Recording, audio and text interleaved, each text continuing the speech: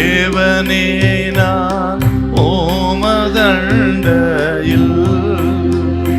இன்னும் நெருங்கி சேர்வதே என் ஆவல் பூமியில்.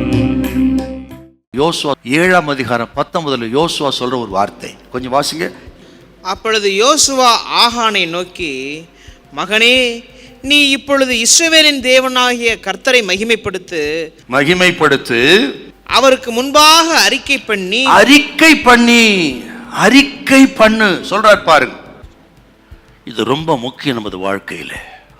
அறிக்கைங்கிற வார்த்தைக்கு 2-3 அர்த்தத்தை சொல்லுவேன், கவனிங்க. நம்பர் 1, அறிக்கை அப்படின்னா பகிரங்கமாக வெளியே கொண்டு வருவது. எல்லாவற்றையும் தேவ சமூகத்துல பகிரங்கமாக அறிக்கை பண்ணணும். நம்பர் 1. 2வது அறிக்கை அப்படின்னா இந்த விஷயத்தை நான் கர்த்தருக்கு முன்பாக ஒத்துக்கொள்கிறேன். உண்மைதான், நான் பாபிலோடு சால்வை எடுத்துக்கொண்ட உண்மைதான், வெள்ளி எடுத்துக்கொண்ட உண்மைதான், பொற்பாலத்தை எடுத்துக்கொண்ட உண்மைதான். இந்த விஷயத்தை கர்த்தருக்கு முன்பாக நான் ஒத்துக்கொள்கிறேன்.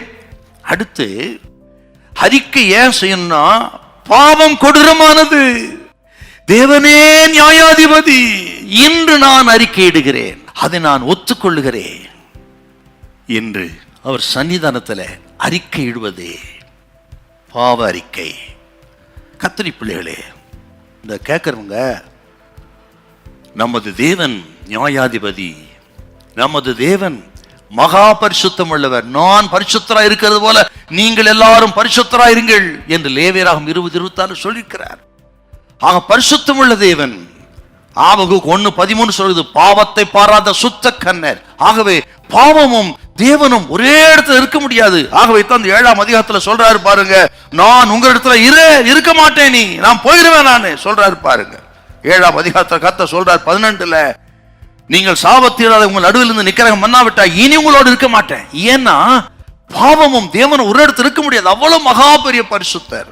ஆக கர்த்தருடைய பிள்ளைகளே, உங்க வீடு சுத்தமா இருந்தா, உங்க பாலம் சுத்தமா இருந்தா, உங்களுடைய துக்கம் சந்தோஷமாய் மாறணும்னா, சாபம் ஆசீர்வாதம் மாற வேண்டும் என்று சொன்னா, இந்த பாவரிக்கை ரொம்ப முக்கியம். அறிக்கை செய்து தேவனோடு சேரும் பொழுது என்ன நடக்கும்? இனி தொடர்ந்து இஸ்ரவேல் ஜனத்தோடு பிரயாணம் பண்றார். ஆகானை அப்புறப்படுத்தின பிறகு அதை போல உங்களோடு கர்த்தர் பிரயாணம் பண்ணுவார். ஆக இந்த நாளிலே உங்களுக்கு சமாதானம் உண்டாகும்படி அறிக்கை செய்யுங்க. இயேசு இரத்தத்தால் கழுவப்பட ஒப்பு கொடுங்க. பகிரங்கமா அறிக்கை செய்து இன்னைக்கு பரிசுத்தப்படுத்திக் கொள்ளுங்க. உங்க பாளையம், உங்க இருதயம், உங்கள் குடும்பம் சுத்தமா இருக்கட்டும். கர்த்தர் தொடர்ந்து உலாவுவார். உங்கள் காரியங்கள் ஜெயமா இருக்கும். ஒவ்வொரு நாள் கர்த்தங்களோடு பிரயாணம் பண்ணுவார். ஹல்லேலூயா, ஹல்லேலூயா.